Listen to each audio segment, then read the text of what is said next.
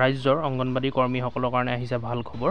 অংগনবাড়ী কৰ্মীসকলৰ দৰমহা বৃদ্ধি কৰিব আৰু অৱসৰৰ পাছত এককালীন সাহায্য দিব 3 লাখৰ পৰা 4 লাখ টকাৰ ভিতৰত। ইয়াৰ কাৰণে মুঠ 400 কোটি টকা ৰিলিজ কৰি দিয়া হ'ল। কি ক'লে শুনো সমাজ কল্যাণ আৰু বিত্ত বিভাগৰ মন্ত্ৰী অজন্তা ডাঙৰীয়ানীয়ে। অংগনবাড়ী কৰ্মীসকলে প্ৰতিবাদ কৰে মাজে সময়ে তেওঁলোকৰ দৰমহা বৃদ্ধি লৈ পেলাই আপুনি তাৰ কাৰণে আমি আমাৰ এই বিভাগটোৰ দায়িত্ব লোৱাৰ পিছত আমি অংগনবাড়ী কৰ্মীসকল মই নিজেও তেওঁলোকক বহিছোঁ।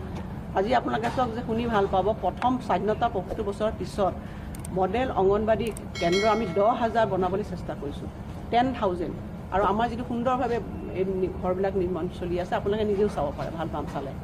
আৰু গোটেই দেশতে চৰ্চা হৈছে যে অসমে যি মডেল অংগনবাড়ী কেন্দ্ৰ বনাইছে অন্য ৰাজ্যও ল'ব লাগে। মই কৰ্মীসকলক মাতি আনি কৈছোঁ যে ইমান দিন সৰু সৰু ভগা ঘৰত আছিলে, ইমান সুন্দৰ ঘৰ বনাইছোঁ, আমাক চৰকাৰৰ কাম কৰিবলৈ কিছু সময় লাগিব।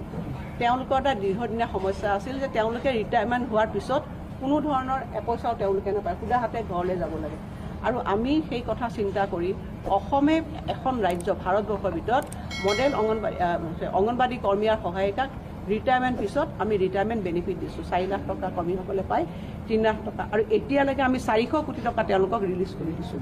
অংগনবাড়ী কেন্দ্ৰৰ যিটো কৰ্মীসকলৰ প্ৰমোশ্যন 25% আমি দিবৰ কাৰণে সিদ্ধান্ত গ্ৰহণ কৰিছোঁ। তাৰ কাৰণে যি পৰীক্ষা হয় তাৰো ব্যৱস্থা কৰিছোঁ। আৰু কৰ্মীসকলক কৈছোঁ আপোনালোকে কিছুদিন আমাক সময় দিয়ক, আপোনালোক নিশ্চিতভাৱে তেখেতসকলে নহয় আশা কৰ্মীবিলাকো আছে বিভিন্ন ধৰণৰ তেনেকুৱা চিমিলাৰলি যি চিটুৱেশ্যন আমাৰ মহিলাসকল বিভিন্ন ধৰণৰ এনেকুৱা ধৰণৰ ভলুণ্টাৰী ছাৰ্ভিচ দি আছে। মুখ্যমন্ত্ৰী ডাঙৰীয়াই ডেফিনেটলি তেওঁলোকক চাব। আজি বিভিন্ন ধৰণৰ চৰকাৰে যে দুখীয়া ৰাইজক আঁচনিবোৰ দিছে সেইটো এইটো কথা যে মূল্যবৃদ্ধি কেতিয়াবা হ'লে আমাৰ নিজৰ বেয়া লাগে, যে সেইবোৰ যাতে সকাহ পাব পাৰে। আমি যে কিছুমান দৰিদ্ৰ মানুহৰ আঁচনিবিলাক যে আনিছোঁ তাৰ মূল কথা যে এজন দৰিদ্ৰ ব্যক্তিয়ে যাতে তেওঁ সকাহ পায়।